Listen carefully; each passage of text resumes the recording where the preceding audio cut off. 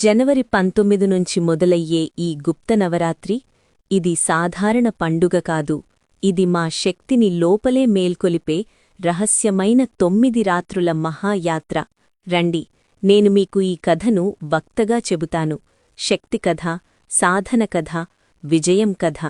జనవరి 19 ఈ రోజు నుంచి మొదలవుతుంది మాఘ గుప్త నవరాత్రి. సాధారణ నవరాత్రిలా బయట పెద్ద శబ్దాలు, పండుగల హడావిడి ఉండదు. ఎందుకంటే ఇది గుప్త నవరాత్రి. గుప్త అంటే ఏమిటి తెలుసా? రహస్యం, దాచిపెట్టినది, కాపాడబడినది. ఈ 9 రాత్రులు దేవి బయటకు రావడానిక్ కాదు, మనలోకి దిగిరావడానికి.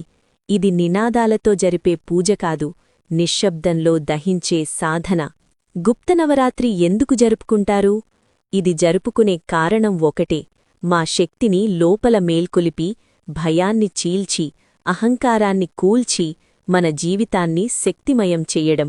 ఇది ప్రత్యేకంగా ఎంతో ప్రాముఖ్యం పొందింది. ఎందుకంటే సాధకులు, భక్తులు, లోతైన ఉపాసకులు ఈ 9 రోజులు జపం, దీపం, నియమం, తపస్సుతో దేవిని ఆహ్వానిస్తారు. గుప్త నవరాత్రి సంవత్సరంలో 2 సార్లు.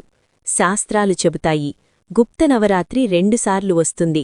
మాఘ గుప్త నవరాత్రి జనవరి, ఫిబ్రవరి. ఆషాఢ గుప్త నవరాత్రి జూన్, జులై. ఇవు ప్రకృతి మారే సమయాలు. అందుకే ఆ కాలంలో అంతర్ముఖ శక్తులు బలంగా ఉంటాయి. సాధన చేసినవారికి అది దేవి అనుగ్రహాన్ని దగ్గరగా తెస్తుంది. ఈ 9 రాత్రుల రహస్య ప్రయాణం. ఈ 9 రాత్రులు అనేది మనలో ఉన్న 3 శక్తులపై యుద్ధం. తమస్, అలసట, భయం, అజ్ఞానం. రజస్, కోపం, ఆతృత, కోరిక, అహంకారం. సత్వం, శాంతి, స్పష్టత, జ్ఞానం. ఈ నవరాత్రులు అనేది తమస్ను తొలగించడం, రజస్ను నియంత్రించడం, సత్వాన్ని వెలిగించడం. ఇది దేవిని పిలవడం కాదు, మనలోని అంధకారాన్ని తుంచేయడం. ఇప్పుడు అసలు దేవి కథలు. గుప్త నవరాత్రి లోతు. ఈ 9 రాత్రులు